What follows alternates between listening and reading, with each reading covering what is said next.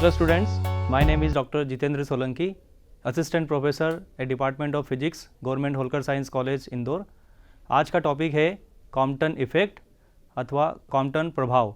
इस प्रभाव के अंतर्गत हम प्रकाश के जो ड्यूअल नेचर होता है उसमें पार्टिकल नेचर के बारे में समझेंगे और यह प्रभाव क्वांटम मैकेनिक्स को समझने में बहुत योगदान प्रदान करता है।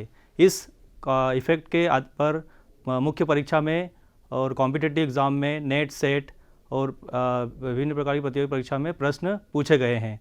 तो आइए हम इस विषय को आगे समझते हैं। इस विषय के अंतर्गत हम समझेंगे पहले इसका प्रस्तावना क्या है, इसका परिचय क्या है वो उसके बारे में जानेंगे, उद्देश्य क्या है, कॉम्पटन प्रभाव क्या होता है, फोटॉन्स की डायरेक्शंस, आपकी मूल दिशा और उसके लंबवत के बारे में जानेंगे। इस कॉम्पटन इफेक्ट के अंतर्गत जो आने वाला सूत्र है वो फार्मूला है उसको हम डिराइव करके देखेंगे। यहाँ पे एक्सपेरिमेंटल डिमॉन्स्ट्रेशन देखेंगे कि जो थ्योरेटिकल फार्मूलेशन हुआ है उसको एक्सपेरिमेंटल कैसे वेरीफाई किया गया था, और आगे इसमें जिससे महत्वपूर्ण चीज़ें जो थी उसके बारे में हम देखेंगे पुनः, जिसको रिकेप है यहाँ पे, और इससे संबंधित कुछ महत्वपूर्ण मल्टीपल चॉइस क्वेश्चंस रहेंगे उसके बारे में जानेंगे। और इस विषय से जुड़ी और आगे अधिक जानकारी प्राप्त करने के लिए कुछ लिंक दी गई है और बुक्स की जानकारी दी गई है। तो प्यारे विद्यार्थियों, अब हम देखेंगे यहाँ पे कि इस विषय को, इस टॉपिक को पढ़ने के बाद आपको क्या क्या जानकारी मिलेगी।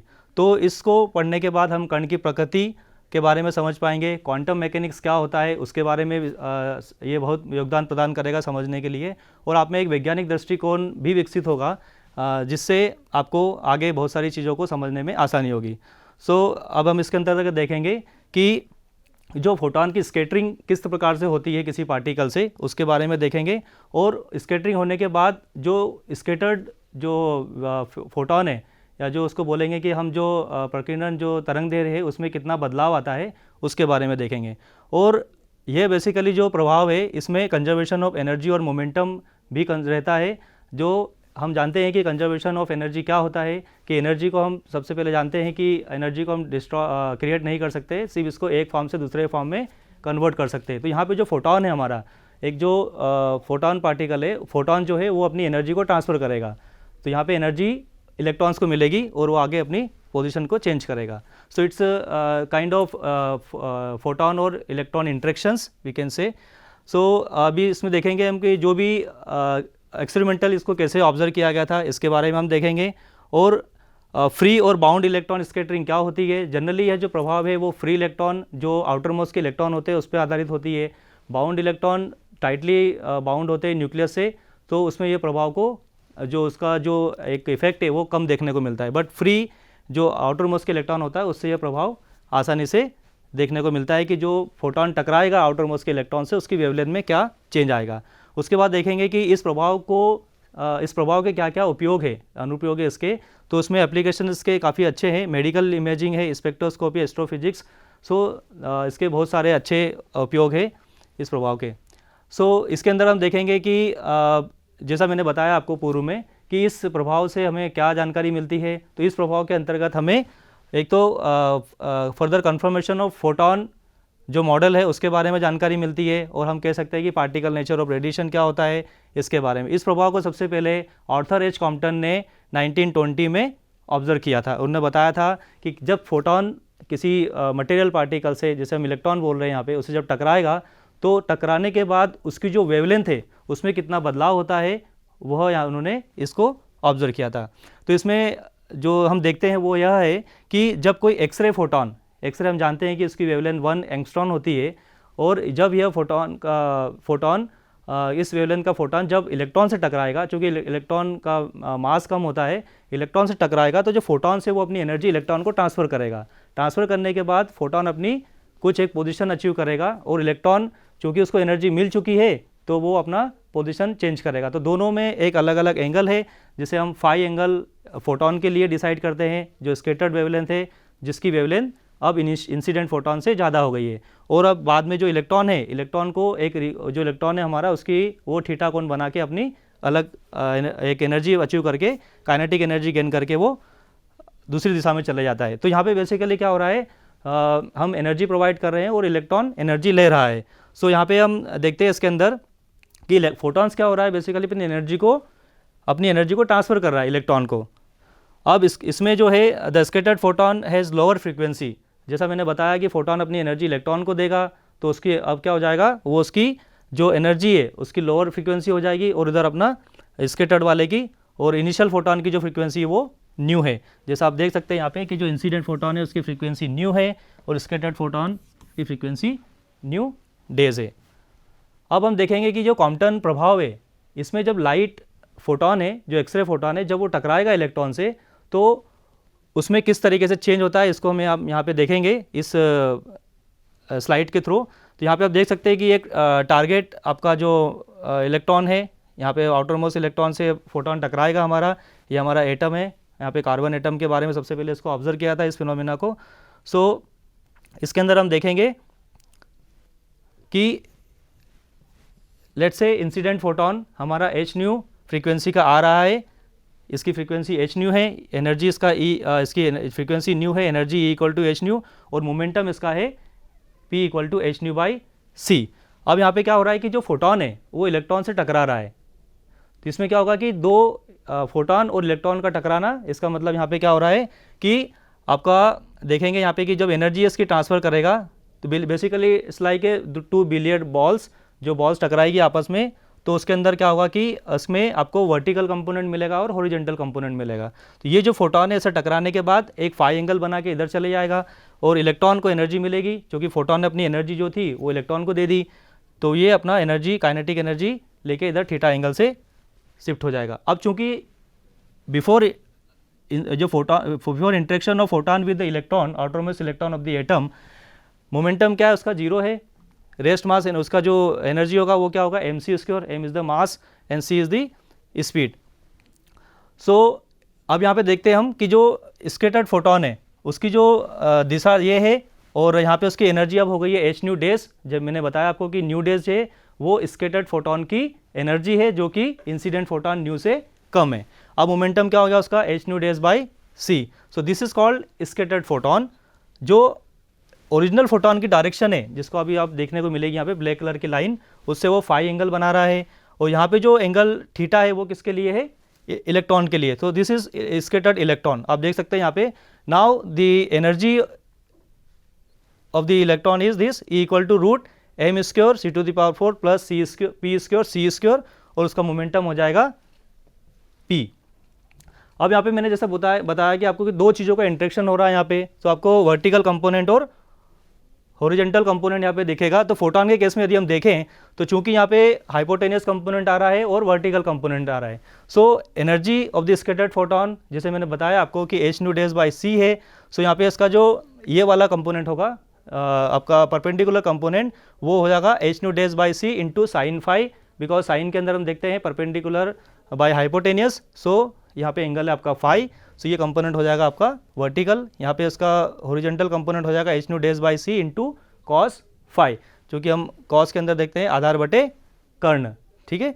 अब हम देखते हैं यहाँ पे इलेक्ट्रॉन के लिए, तो इलेक्ट्रॉन का मोमेंटम मैंने बताया पी, जैसे अभी इस डायग्राम के अंदर हमने देखा था, यहाँ पे जो पी है तो इसका वर्टिकल कंपोनेंट यहाँ पे हो जाएगा पी साइन थीटा और आपका हॉरिजॉन्टल पी कॉस थीटा, और ये आपकी जो एच न्यू बाई सी है, ये एच न्यू बाई सी ये हमारा क्या है, जो हमारा इंसिडेंट फोटोन है उसकी एनर्जी है और उसका मोमेंटम है, और वो उसकी डायरेक्शन को बता रहा है। सो अभी हमने इसके अंदर हमने जो देखा उसके बारे में थोड़ा हम और एक बार रिकैप कर लेते हैं कि the scattering of a photon by electron is known as the Compton effect, मतलब फोटोन का इलेक्ट्रॉन से टकराना, और उसको ही हम बोलते हैं स्कैटरिंग। सो इसमें क्या होता है, जैसा बताया एनर्जी और मोमेंटम कंजर्व होता है, वो एनर्जी ट्रांसफ़र कर रहा है, और एनर्जी को हम जानते हैं कि एक फॉर्म से दूसरे फॉर्म में कन्वर्ट हो रही है। सो इसका मतलब ये होगा कि अभी जो है फोटोन उसकी एनर्जी कम हो गई क्योंकि उसने इलेक्ट्रॉन को दे दी है, तो उसका वेवलेंथ क्या हो जाएगा, lower energy means longer wavelength, मतलब उसका वेवलेंथ बढ़ गया अभी, तो डेल लेमड़ा आ गया यहाँ पे, lambda minus lambda dash factor compare to the incident photon जिसकी फ्रीक्वेंसी न्यू है और वेवलेंथ लेमड़ा है। यहाँ पे हम देखेंगे अगले जो एक फिगर था यहाँ पे, ये जो वाला ये वाला फिगर है, इसके अंदर वेक्टर डायग्राम से बताया गया है कि उसका मोमेंटम क्या होगा और इंसिडेंट और स्कैटर्ड फोटॉन्स का, और उसके बाद इलेक्ट्रॉन के बारे में बताया गया है। अब हम देखते हैं यहाँ पे कि इसको हम डेरिवेशन के लिए आगे बढ़ते हैं अभी, कि जो कॉम्पटन प्रभाव का जो डेरिवेशन आता है जो बहुत ही महत्वपूर्ण है, इस पर आधारित कई बार परीक्षाओं में सवाल पूछा गया है, पैरामीटर्स दे दिए जाते हैं आपको और उसके ऊपर आपको सवाल पूछे जाते हैं। तो वो कैसे निकलता है उसका डेरिवेशन हम देखते हैं कि loss in photon energy gain in kinetic energy, जैसा मैंने बताया आपको। सो यहाँ पे एच न्यू है जो एनर्जी क्या है इंसिडेंट फोटोन की है, और ये क्या है स्कैटर्ड फोटोन की आपकी एनर्जी है। ये हो गया आपका equal to kinetic energy. So h nu minus H nu dash equal to kinetic energy. अब हम देखते हैं यहाँ पे कि द मोमेंटम जो है p of a massless particle such as photon, क्योंकि यहाँ जो फोटोन है उसका जो मास क्या है बहुत ही कम है, is related to its energy by the formula. वो कैसे रिलेटेड होगा, photon energy E equal to P into C. आगे देखते हैं इसके अंदर हम, बहुत ही आसान डेरिवेशन है, थोड़ा इसको ध्यान से देखेंगे आप तो इसको आराम से आप एग्जाम में अच्छे से कर पाएंगे और उसके फुल मार्क्स मिलेंगे आपको। सिंस द एनर्जी में फोटोन इज गिवन बाई, जैसा मैंने बताया आपके E equal to H nu पे हम देख चुके हैं पिछली स्लाइड में। H is a Planck constant, where H is a Planck constant है, Planck is the name of scientist. Nu is the frequency of photon, जो फोटोन है लाइट फोटोन जो टकरा रहा है इलेक्ट्रॉन से उसकी फ्रीक्वेंसी है, और पी ये पता ही है हमको उसका मोमेंटम है। अब हम देखते हैं कि इसका जो मोमेंटम है वो अभी हमने देखा है इसके अंदर, तो P इक्वल टू हो जाएगा E बाई सी, चूँकि momentum is a vector quantity so it will have direction and magnitude both, दोनों इसका दिशा भी होगी और उसका परिमाण भी होगा। तो E इक्वल टू होता है एच न्यू। तो यहाँ से हमने क्या करा, पहली स्लाइड में हमने देखे यदि एनर्जी निकाल ली उसकी, फोटोन की एनर्जी जो फोटोन टकरा रहा है इलेक्ट्रॉन से, उसके बाद उसका मोमेंटम, तो दोनों हमारे लिए बहुत ही महत्वपूर्ण है। आगे देखते हैं इसके अंदर। सो यहाँ पे फोटोन जैसे मैंने बताया मोमेंटम एक वेक्टर क्वांटिटी, इसके बारे में मैं आपको बता चुका हूँ, दोनों चीज़ें होगी इसके अंदर। अब हम देखते हैं यहाँ पे कि क्या क्या चीज़ें निकल के आती है हमारे पास, तो इसको ध्यान से आपको समझना है कि the initial photon momentum is H nu by C.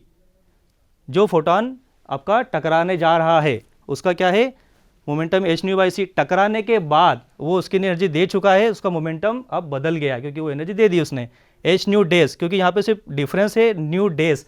New dash is the frequency of scattered, जो हमारा जो फोटोन है उसकी फ्रीक्वेंसी है। अब हम देखते हैं यहाँ पे कि इनिशियल और final electron momentum are respectively 0 and p. तो इनिशियल क्या था उसका इलेक्ट्रॉन, क्योंकि वो रेस्ट पोजीशन पे था, अभी वहाँ पे कोई इंटरेक्शन नहीं हो रहा था, तो वहाँ पे जो उसका मोमेंटम था 0, और उसके बाद जब उसको एनर्जी मिल गई फोटोन से, सो उसने उसका अचीव कर लिया मोमेंटम पी। यहाँ तक आपको सभी को समझ आया होगा, मुझे लग रहा होगा। अब हम देखते हैं यहाँ पे कि जब टकराने के बाद initial photon momentum, initial photon की डायरेक्शन क्या होगी, मतलब मूल फोटोन दिशा में, मतलब यदि वहाँ पे कोई एटम नहीं होता जहाँ फोटोन टकरा रहा है तो वो फोटोन क्या होता सीधे चले जाता।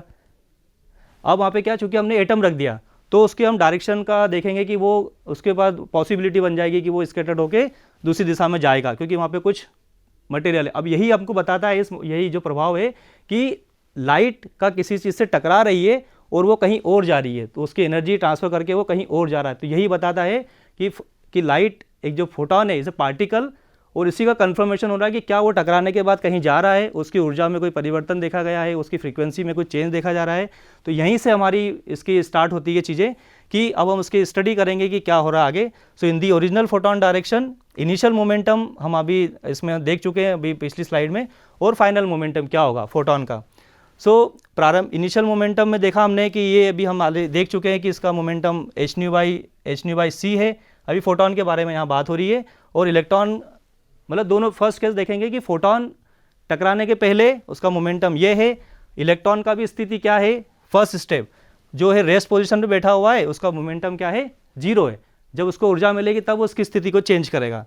फाइनल मोमेंटम यदि देखें हम कि द स्कैटर्ड कॉन्ट्रीब्यूट्स मोमेंटम, क्योंकि आपका स्कैटर्ड फोटोन है वो अब क्या करता है मोमेंटम को कॉन्ट्रीब्यूट्स करेगा, जो हो जाएगा h nu dash by c cos phi, जो उसका हॉरिजॉन्टल कंपोनेंट है in the original photons direction, जो कि फाई एंगल बना के जा रहा था। वो भी हमने पिछले उसका जो डायग्राम था उसमें देखा था।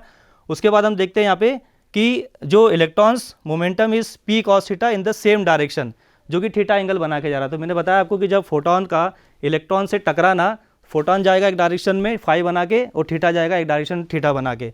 सो यहाँ पे जो इक्वेशन बनती है वो हमारी बनती है H nu by c plus 0, मतलब एच न्यू क्या है is the momentum of incident photon, plus जो टकराने के पहले जो इलेक्ट्रॉन की स्थिति थी उसका जो मोमेंटम था वो 0, टकराने के बाद जो होगा h nu dash by c cos phi photon के केस में, और ये हो जाएगा हमारा पी कॉस थीटा हमारा उसके इलेक्ट्रॉन के केस में। तो कंजर्वेशन ऑफ यहाँ पे मोमेंटम आप देख सकते हैं। अब हम देखेंगे कि परपेंडिकुलर फोटॉन डायरेक्शन, अभी हमने देखा था फोटॉन की ओरिजिनल डायरेक्शन में, अब देखेंगे उसकी परपेंडिकुलर डायरेक्शन में। तो यहाँ पे हम देखेंगे कि इनिशियल मोमेंटम क्या होगा और फाइनल मोमेंटम क्या होगा। सो यहाँ पे हम समझने का प्रयास करेंगे इसको कि initial photon momentum has no component perpendicular to इस डायरेक्शन, किसके बारे में, फोटॉन्स के लिए। सो द परपेंडिकुलर मोमेंटम क्या हो जाएगा उसका, जीरो। अभी हम उसकी एक डायरेक्शन की बात कर रहे हैं। अब हम बात करते हैं फाइनल मोमेंटम, एनर्जी ट्रांसफ़र जब वो कर देगा तब उसका मोमेंटम क्या होगा। सो यहाँ पे जो आ जाता है इसके अंदर स्कैटर्ड फोटॉन कॉन्ट्रीब्यूट्स, ये मोमेंटम हो जाएगा perpendicular to the original direction, क्योंकि फोटॉन का एक डायरेक्शन उसका फिक्स है, वहाँ से एनर्जी ट्रांसफ़र करके फाई एंगल बना के जा रहा है। सो ये एंगल हो गया फाई। उसके बाद electron contributes minus P sine theta in the perpendicular direction based on the angle theta, जो हमने देखा यहाँ पे। अब ये इक्वेशन हमारी बनती है 5 नंबर की, जो आप देखेंगे यहाँ पे कि जो बात कर रहे थे अभी हम इस in perpendicular to photon direction, zero बराबर H nu dash by C photon के केस में, और माइनस पी साइन थीटा किस केस में, क्योंकि थीटा किसके लिए हमेशा remember, theta is related to with electron, और फाई किससे रिलेटेड है, फोटॉन से लेके। अब यहाँ नेगेटिव साइन क्यों आया, यहाँ पे आप जरा ध्यान दें बच्चे सभी कि जो नेगेटिव है वो नेगेटिव है, नेगेटिव शो कर रहा है इलेक्ट्रॉन की डायरेक्शन को, इलेक्ट्रॉन नीचे जा रहा है तो उसकी डायरेक्शन को शो कर रहा है। सो ये इंपॉर्टेंट चीज़ है इसके अंदर। अब हम देखेंगे कि जो एंगल फाई है वो क्या है, basically direction of incident photon and the scattered photon, ये मैं आपको बता चुका हूँ। और the angle theta is the angle between direction of incident photon and the recoil electron. मैंने आपको पहले ही बताया कि फोटॉन आपका इलेक्ट्रॉन से टकराएगा, सपोज ये उसकी ओरिजिनल डायरेक्शन है तो फाई बना के फोटॉन चले जाएगा, थीटा बना के इलेक्ट्रॉन आ जाएगा। तो यहाँ पे स्टेप 1 अभी हम देखेंगे इसको डेरिवेशन के लिए। स्टेप 1 जो है कि मल्टीप्लाइंग इक्वेशन 4 एंड 5, इक्वेशन 4 और 5 कौन सी है, हम उसको देख लेते हैं। इक्वेशन 4 और 5 जो थी हमारे यहाँ पे, ये इक्वेशन 5 है, ये वाली इक्वेशन 5,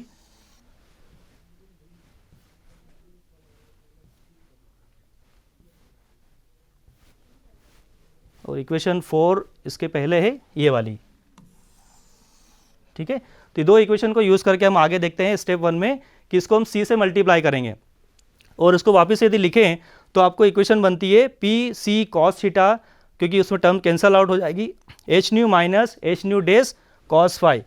उसके बाद बनता है p c sine theta equal to H nu dash by sine phi. कैसे होगा ये मैं आपको बताता हूँ। यदि हम इसके अंदर सी से मल्टीप्लाई करेंगे फिफ्थ वाले में, तो सी से सी कैंसल आउट हो जाएगा, h nu dash sine phi, और यहाँ से इसका मल्टीप्लाई हो जाएगा तो पी सी साइन थीटा। तो यहाँ पे इसको हमने चूँकि वो जीरो था लेफ्ट साइड में, तो उसको हमने जब इधर भेजा तो ये दोनों टर्म इक्वल हो जाएगी, और सेम चीज़ इसके इक्वेशन 4 के साथ में। अब हम आगे देखते हैं कि इन दोनों इक्वेशन को हमने स्क्योर कर दिया, क्योंकि हमको आगे डेरिवेशन को बढ़ाना है। तो इसका जो डेरिवेशन अचीव किया गया था कॉम्पटन एच ऑथर द्वारा, तो adding the new ones together the angle is eliminated, angle इसमें हट जाएगा। दोनों को हमने स्क्योर करा 4 और 5 को सी से मल्टीप्लाई करने के बाद, और उसको ऐड कर दिया। तो वहाँ से जो एक इक्वेशन बनेगी वो बनेगी, क्योंकि ऐड करने पे क्या पाइथागोरस थ्योरम लग जाएगी, यहाँ पे पाइथागोरस थ्योरम लगेगी, यहाँ पे पाइथागोरस थ्योरम लगेगी। तो हम जानते हैं पाइथागोरस थ्योरम से sine square theta plus cos square theta equal to 1, तो क्या बचेगा पी स्क्वायर सी स्क्वायर। उसके बाद ये भी ए माइनस बी का होल स्क्वायर, ये फार्मूला लगेगा यहाँ पे, प्लस ये टर्म इसके अंदर ऐड हो जाएगी। So very simple.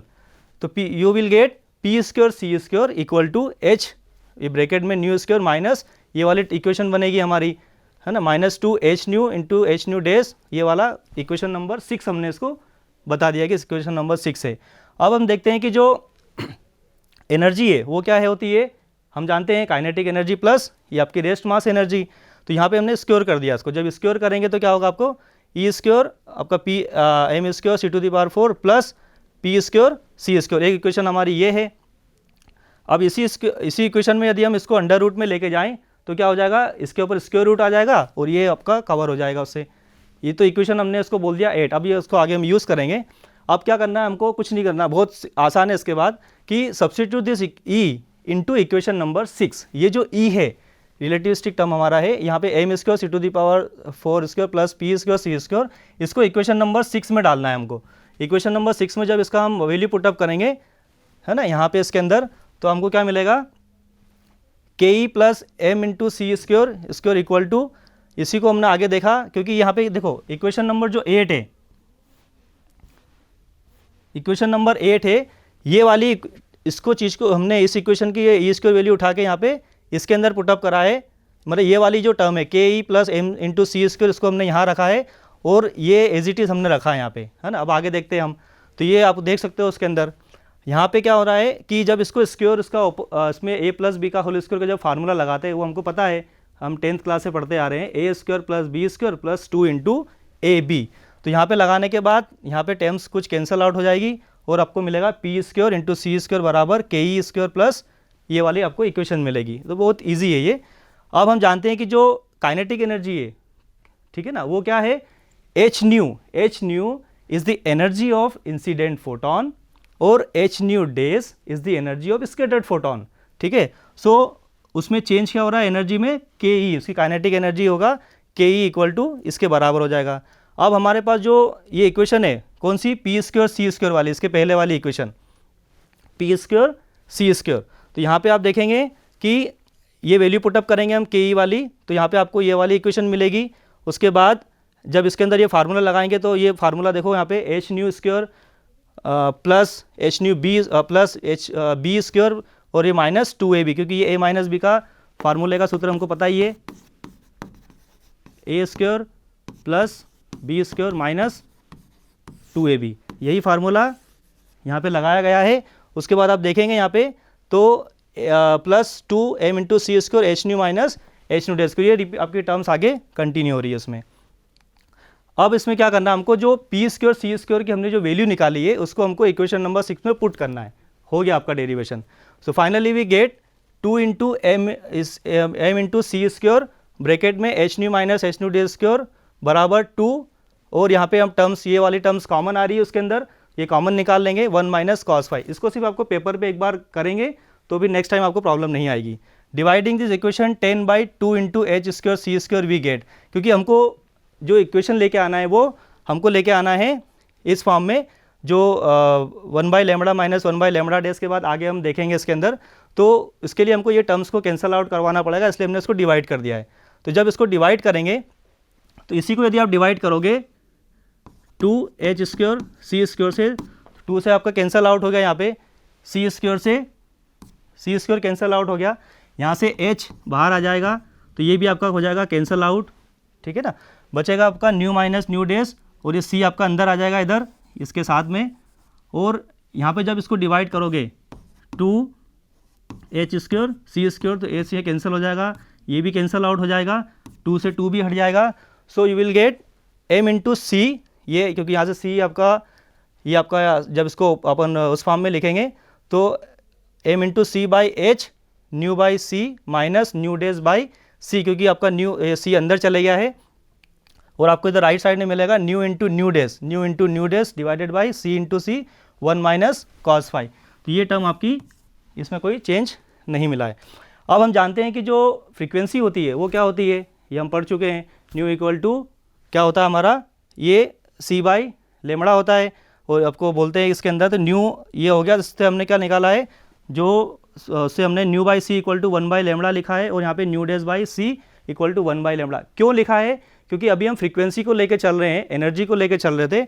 अब चूंकि हमको देखना है कि जो वेवलेंथ में शिफ्ट आ रहा है, जो हम बोल रहे हैं कि जो एनर्जी फोटोन हमारी एनर्जी देगा तो उसकी क्या है, लोअर एनर्जी मतलब हायर वेवलेंथ है, तो वो वेवलेंथ में जो चेंज आ रहा है, शिफ्ट आ रहा है, उसके लिए हम वेवलेंथ टर्म्स में इस फार्मूले को निकालेंगे। सो ये जो है इन वैल्यूज़ को हम यहाँ पुटअप करेंगे, इसके अंदर पुटअप करेंगे। सो क्या मिलेगा हमको, m into C by H, nu by C को लिखा हमने 1/λ, और इसको लिखा हमने यहाँ पे 1/λ dash equal to right side में क्या हो जाएगा आपका, ये nu into nu dash by C into C. तो जब इन दोनों को आप मल्टीप्लाई करोगे तो आपको मिल जाएगा यहाँ पे ये कैंसिल होने लेमड़ा डेज की फॉर्म में मिल जाएगा, और आपको 1 माइनस ये वाला टर्म आपको यहाँ पे मिल जाएगा। तो अब हम देखते हैं यहाँ पे कि जो हम फाइनल स्टेज तक पहुँच चुके हैं, जो हमारा कॉम्पटन इफेक्ट का जो डेरिवेशन था उसमें था एच अप, ये जो है इक्वेशन अभी हम लिखेंगे कि चूंकि यहाँ पे क्या है, एम क्या है, सी क्या है, और एच हमको पता है, एच हमारा प्लैंक कांस्टेंट है, एम आपका जो मास है उसके बारे में बात हो रही थी जो बताया था हमने। सो जो फार्मूला बनेगा आपका लेमड़ा डेस माइनस लेमड़ा, कहाँ से बनेगा ये, तो इसको आप जब क्या करेंगे, इसका एलसीएम ले लेंगे, तो lambda dash into lambda dash हो गया, उसके बाद lambda dash minus lambda divided by lambda into lambda dash, और यहाँ से आपका इक्वेशन बनेगा h by M into C, mass of the electron है यहाँ पे, ये आपका टर्म ऊपर चले जाएगा h और m और इंटू सी नीचे आ जाएगा।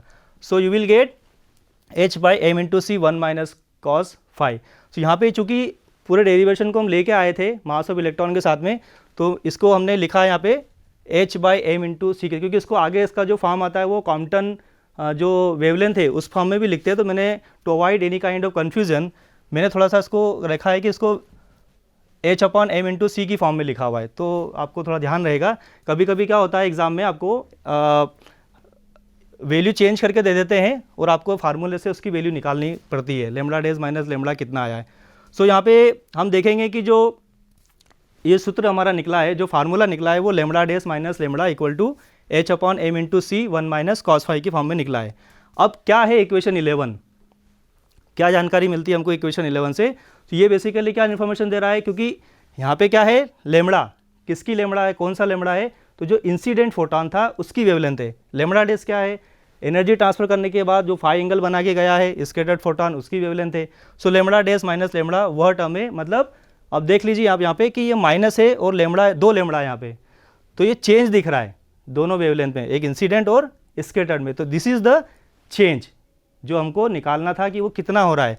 तो वो उसके लिए रिलेशन अभी ये वाला है जो यहाँ पे बताया गया है कि अब चेंज है, मतलब चेंज को जैसे मैथमेटिकल आपका सिंबल है, हम इसको लेमड़ा इसको डेल्टा से बताते हैं कि डेल्टा जो बता रहा है वो डेल्टा इंटू लेमड़ा, किस में चेंज, वेवलेंथ में, तो डेल्टा लेमड़ा मतलब lambda dash minus lambda. So to make it little bit easy इसको हमने क्या करा है, इससे रिप्लेस कर देंगे। तो एक्सपेक्टेड फॉर ए फोटॉन जो कि स्केटर्ड हुआ है एक एंगल फाई से, और उसका जो पार्टिकल था, पार्टिकल कौन था हमारा, एक एटम था, उसमें इलेक्ट्रॉन था, उसका मास का m था, तो this change is independent of the wavelength of the incident wavelength. So इस रिलेशन से क्या इन्फॉर्मेशन मिलती है, let's try to understand this equation, कि यहाँ पे जो है वो इंसिडेंट फोटॉन की जो वेवलेंथ है उसके ऊपर डिपेंडेंट नहीं है। यहाँ पे आप देख सकते हैं कि जो चेंज इन वेवलेंथ है जो हमको इस फाई एंगल पे दिख रही है वो क्या है, फाई है, और बाकी ये तो कांस्टेंट है h, आपको पता होगा इसकी वैल्यू है, स्टैंडर्ड वैल्यू है इसकी 6.634 into 10 to the power minus 34 joule into second. M e is the mass of electron, well known 9.1 into 10 to power minus 31 है ना किलोग्राम। सी ये तो वो आपको पता ही है, आपको सी स्पीड ऑफ लाइट है 3 into 10 to the power 8 metre पर सेकेंड।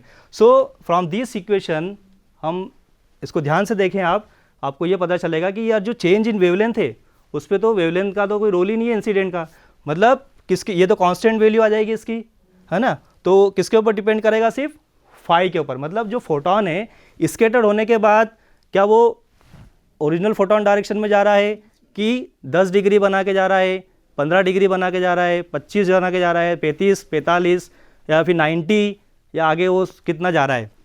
तो जैसे जैसे इसका मतलब फाई चेंज होगा आपकी वैल्यू में आपको चेंज मिलेगा। कौन सी वैल्यू में, जो आपका डेल्टा लेमड़ा है, मतलब वेवलेंथ में आपको चेंज मिलेगा। सो this is the important thing in this particular effect जो आपको याद रखना है। तो चेंज इन वेवलेंथ का जो हमने देखा, वेवलेंथ का जो सूत्र निकला हमारा, फार्मूला निकला है वो lambda dash minus lambda h upon M into सी की टर्म्स में into 1 minus cos phi. So यहाँ पे इसको और हम देखते हैं आगे कि ये जो सूत्र है, ये जो फार्मूला है उसको कॉम्पटन वेवलेंथ के लिए यदि हम देखें कि जो कॉम्पटन हमारे साइंटिस्ट थे उन्होंने इस पर काम किया था, तो उन्होंने बोला कि जो कांस्टेंट पैरामीटर है उसको एक, क्योंकि सबकी वैल्यू हमको पता है, उसको हम पर्टिकुलर नंबर से फिक्स कर देते हैं। उसके बाद सिर्फ बचेगा क्या, ओनली बचेगा आपके पास 1 माइनस कॉस फाई। तो यहाँ पे देखते हैं हम कि इसी को आप क्या बोलते हैं, हम this is called the Compton wavelength of the scattered particle हमारा लेमड़ा इंटू सी। कॉम्पटन जो वैज्ञानिक थे, साइंटिस्ट थे, उनके नाम से तो उन्होंने उनके नाम से सी यहाँ पे रखा है, लेमड़ा इंटू सी, और ये लेमड़ा और उसके सबस्क्रिप्ट में ये h upon M into C. तो यहाँ पे कॉम्पटन इफेक्ट का फार्मूला अब उन्हीं के नाम से जुड़ा हुआ रहेगा। यहाँ पे लेमड़ा सी से कंफ्यूज नहीं होना है। सी जो कॉम्पटन के जो कॉम्पटन वैज्ञानिक है उनका सी है, ये उनके नाम का लेटर है। तो del lambda equal to lambda, ये सबस्क्रिप्ट में है 1 माइनस कॉस फाई। तो वेरी इजी है, यहाँ पे आप इसको देख सकते हैं कि the Compton wavelength gives the scale of the wavelength change of the incident photon, मतलब जो इंसिडेंट फोटॉन है उसका मतलब यहाँ पे उसकी वेवलेंथ में चेंज मिल रहा है, ठीक है। और लेमड़ा इंटू सी ए, लेमड़ा यहाँ पे वो जो कांस्टेंट पैरामीटर्स है उनकी वैल्यू फिक्स हो गई है यहाँ पे। अब हम देखते हैं कि चूंकि यहाँ पे फोटॉन्स जो है ना, वो इलेक्ट्रॉन से टकरा रहा है। अब इसको थोड़ा और अंदर जाके हम समझते हैं कि जो फोटॉन टकरा रहा है इलेक्ट्रॉन से, सो उसके लिए हमारा ये वैल्यू कितनी निकलती है। चूंकि हमको एच की वैल्यू पता है, मैंने बताई आपको, एम इंटू सी, एम ई मतलब इलेक्ट्रॉन का मास है, ये भी पता है हमको, सी की वैल्यू भी बताई, सभी की वैल्यू पुटअप करेंगे, आप करके देखना है इसको, कैंसिल आउट ये सब, इसकी वैल्यू आप पुटअप करके आपको जो वैल्यू मिलेगी, एक कांस्टेंट वैल्यू मिलेगी 2.426 इंटू 10⁻⁻12 मीटर। इसको 10⁻⁻12 इसको हम लिख सकते हैं, क्या लिख सकते हैं, आप बताइए क्या लिख सकते हैं। इसको लिख सकते हैं हम पिकोमीटर, क्योंकि पिकोमीटर क्या होता है, 10⁻⁻12 मीटर होता है। वेरी इजी, और हमारा फार्मूला थोड़ा इजी हो गया, सिंप्लीफाई कर दिया हमने इसको। तो यहाँ पे हमको क्या इन्फॉर्मेशन मिलती है कि the greatest wavelength change possible correspond to phi equal to 180। अब इस फार्मूले के अंदर यदि हम देखें कि आपने phi equal to angle change करा, हमने रखा phi equal to 0, phi equal to 0। अब ट्रिग्नोमेट्री हमने पढ़ी है 10th क्लास में, स्टार्ट जहाँ से होती है, तो फाई की वैल्यू 0 रखेंगे तो cos 0 की वैल्यू कितनी हो जाएगी, cos 0 इज़ 1, 1 माइनस 1 0, मतलब डेल लेमड़ा क्या होगा, 0 इंटू लेमड़ा सी, है ना। तो क्या हो जाएगा, डेल लेमड़ा इक्वल टू 0 मिलेगा। 0 मीन्स क्या, there is no change in the scattered wavelength. Del lambda जो हमारा है, लेमड़ा माइनस लेमड़ा जो लिखा था हमने वहाँ पे, उसमें कोई चेंज नहीं मिला। मतलब यदि स्केटरिंग आपकी 0 डिग्री पे हो रही है, यदि फोटॉन इलेक्ट्रॉन से टकराने के बाद 0 डिग्री बना, 0 डिग्री पॉसिबल ही नहीं है, 0 डिग्री है इसका मतलब वहाँ पे कोई मटेरियल पार्टिकल नहीं है, ठीक है ना। अब यदि वहाँ पे कुछ चीज़ आएगी, कोई पार्टिकल रखा है वहाँ पे और फोटॉन टकरा रहा है, सो उस केस में 0 डिग्री मिलना नहीं है हमको, ऑब्वियसली 0 डिग्री से हमको ज़्यादा एंगल ही मिलेगा।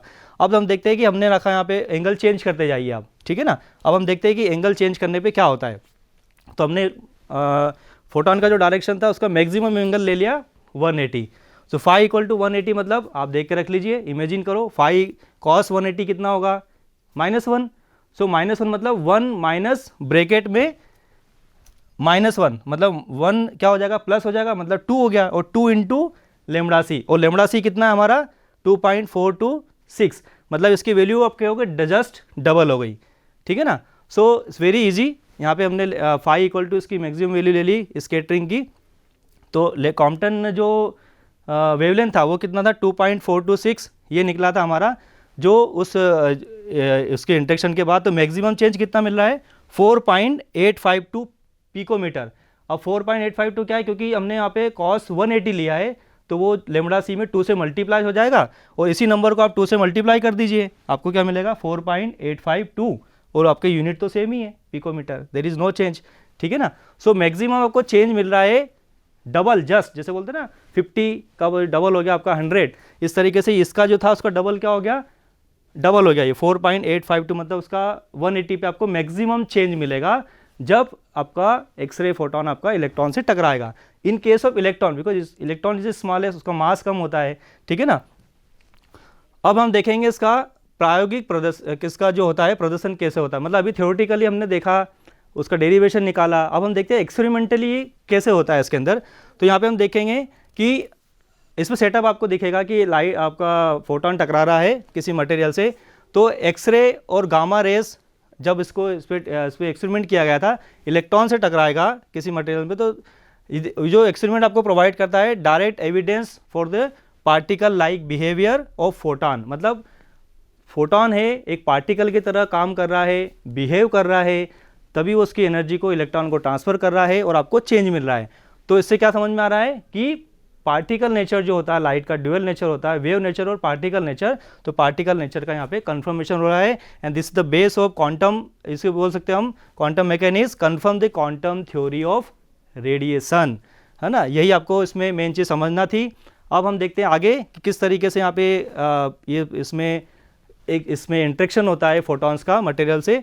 तो सोर्स ऑफ मोनोक्रोमेटिक एक्सरेज, ठीक है ना, ये हमारा सोर्स हमने बनाया है, ये सोर्स है हमारा, यहाँ से कुछ रेडिएशन बाहर निकलेगा। अब देखिए वो निकलता है तो क्या होता है, लेट्स से कि यहाँ पे कुछ निकल रहा है और ये आपका ओरिजिनल डायरेक्शन है, हमने कॉलीमेटर लगा दिया ताकि हमारा जो रेडिएशन है वो एक अलाइन हो जाए, ठीक है ना, क्योंकि लाइट जब निकलती है बल्ब से तो वो सभी डायरेक्शन में फैलती है, हम प्रॉपर उसका यूज़ नहीं कर पाते, तो उसको मैक्सिमम यूज़ करने के लिए हमने उसको कॉलीमेटर लगा दिया। कॉलीमेटर आपको लाइट को वो कर देगा, कॉलीमेट कर देगा।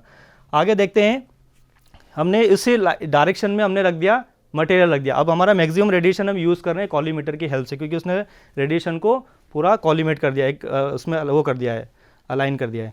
अब यहाँ पे जो टकराने के बाद क्या होगा, फाई एंगल बना के स्केटर्ड होके एक्सरे चले गया, और ये हमारा अनस्केटर्ड एक्सरे। यदि यहाँ पे कोई मटेरियल नहीं होता तो ये अनस्केटर्ड हो गया, और चूंकि यहाँ पे मटेरियल है तो वो हो गया हमारा स्केटर्ड, फाई एंगल बना के चले गया। अब इसको जो रेडिएशन स्केटर्ड होके आ रहा है, जो वेवलेंथ होके आ रही है, क्योंकि हम बोल रहे हैं कि फोटोन है, उसकी कुछ एनर्जी है, वो एनर्जी ट्रांसफ़र कर रहा है और कुछ एंगल बना के, फाई एंगल बना के कहीं पे जा रहा है, तो वो कितना उसकी वेवलेंथ है या कितना रेडिएशन हम उसको देख पा रहे हैं, चेंज इन रेडिएशन, कि क्या इंसिडेंट फोटोन जैसा ही है कि उसमें कुछ चेंज है, क्योंकि वेवलेंथ चेंज हो रही है, एनर्जी ट्रांसफ़र कर रहा है वो, तो एक्सरे स्पेक्ट्रोमीटर से उसको हम नोट कर लेंगे। और हमने उसका मैक्सिमम रखा है पाथ, कि पाथ ऑफ स्पेक्ट्रोमीटर को यहाँ से घुमाते रहे हम, ठीक है, ताकि हम पता कर सके कि कहाँ का रेडिएशन जा रहा है, और हमने ये सेट करा इसको इस तरीके से, हम यहाँ पे इसका चेंज देख सकते हैं। आगे देखते हैं कि ये experimental confirmation of Compton effect, Compton scattering, यहाँ पे इसको कॉम्पटन स्कैटरिंग ही बोला जाता है। तो थ्योरेटिकल हमने फार्मूला निकाला, अब उसको एक्सपेरिमेंटल कन्फर्मेशन के लिए ये सेटअप था हमारा। तो the greater the scattering phi, अब क्या समझ में आ रहा है, इसका जो जीस्ट है इस फार्मूले से हमको क्या समझ में आ रहा है कि सिर्फ फाई पे डिपेंडेंसी है, कि फाई जितना ज़्यादा होगा चेंज होगा, the greater the wavelength change del lambda, ठीक है, इन अकॉर्ड विद इक्वेशन, जो इक्वेशन 11 के अनुसार। इक्वेशन 11 को आप देखें वापस से तो आपको ये समझ में आएगा कि जितना ज़्यादा फाई चेंज होगा आपकी वेवलेंथ में भी चेंज मिलेगा। अब हम देखते हैं कि जब इस पर एक्सपेरिमेंट किया गया तो देखा कि फाई इक्वल टू 0 पे क्या चेंज मिला। अब इट्स वेरी इजी, आप खुद ही इमेजिन करें कि यदि वहाँ पे कोई मटेरियल नहीं होगा तो फाई का एंगल हमेशा, there is no scattered photon, मतलब फाई इक्वल टू 0, तो रिलेटिव इंटेंसिटी क्या होगी आपकी, मैक्सिमम होगी यहाँ पे, यहाँ पे इसका पीक दिख रहा है और ये वेवलेंथ है, तो कोई चेंज नहीं होगा। अब हम देखते हैं कि कुछ मटेरियल रख दिया, मतलब ये जो केस आएगा चेंज वाला मटेरियल के केस में आएगा। अब कोई मटेरियल नहीं है, मतलब फाई इक्वल टू 0 है, आपको मैक्सिमम इंटेंसिटी मिलेगी, जो इंसिडेंट की थी वही आपको डिटेक्टर आपको नोट करके दे देगा, स्पेक्ट्रोमीटर। अब हमने चूंकि यहाँ मटेरियल रख दिया है, ठीक है ना, तो यहाँ पे क्या होगा, फाई एंगल बना के जा रहा है हमारा फोटोन, मतलब फोटोन इलेक्ट्रॉन से टकराया और 90 डिग्री पे जाके हम उसको नोट कर पा रहे हैं, उसकी जो भी इंटेंसिटी है, तो ये चेंज हो गया आपका, ठीक है ना, ये शिफ्ट आपको डीप मिलेगा, यहाँ पे ये चेंज दिखा रहा है, मतलब इंसिडेंट अलग था और ये स्कैटर्ड होने के बाद इसकी जो चेंज है वो क्या मिला, डेल लेमड़ा। स्कैटर्ड को हमने क्या बोला है, लेमड़ा डेज, इंसिडेंट को बोला है लेमड़ा, तो फाई इक्वल टू 90। अब इस पर एक्सपेरिमेंट किया गया, इसके पहले एक एंगल और था यहाँ पे, ये वाला फाई इक्वल टू 40, क्योंकि 0 के बाद हम स्टेप बाय स्टेप देखें तो 0 के बाद 45, 45 के बाद 90, 90 के बाद 180, तो 0 के बाद ये चेंज मिला, 0 पे कोई चेंज नहीं मिला, 45 जैसे ही स्कैटर्ड फोटोन वो जो है जाता है 45 डिग्री पे, तो डेल लेमड़ा थोड़ा सा वेवलेंथ में चेंज मिलता है। उसके बाद 90 पे थोड़ा चेंज बढ़ा, आप देख सकते हैं यहाँ पे थोड़ा डीप बढ़ गया है और ये गैप भी बढ़ गया है। इसी प्रकार जैसे जैसे फाई चेंज होगा आपको क्या मिलेगा, यहाँ पे ये शिफ्ट मिल रहा है यहाँ पे, है ना। तो ये आपका ये एक्सपेरिमेंटल जो मेजर फाइंडिंग्स थी एक्सपेरिमेंट जब किया गया इसके ऊपर, सो वेरी क्लियर, इसमें कोई डाउट नहीं होना चाहिए मेरे हिसाब से, कि जैसे जैसे फाई चेंज हो रहा है 0, 45, 90 और 130, आपको क्या मिल रहा है, शिफ्ट मिल रहा है। ये जो शिफ्ट मिल रहा है आपको एंगल पे मिल रहा है, ठीक है ना, और यहाँ पे आप देख सकते हैं कि कोई चेंज नहीं है। So let's recap.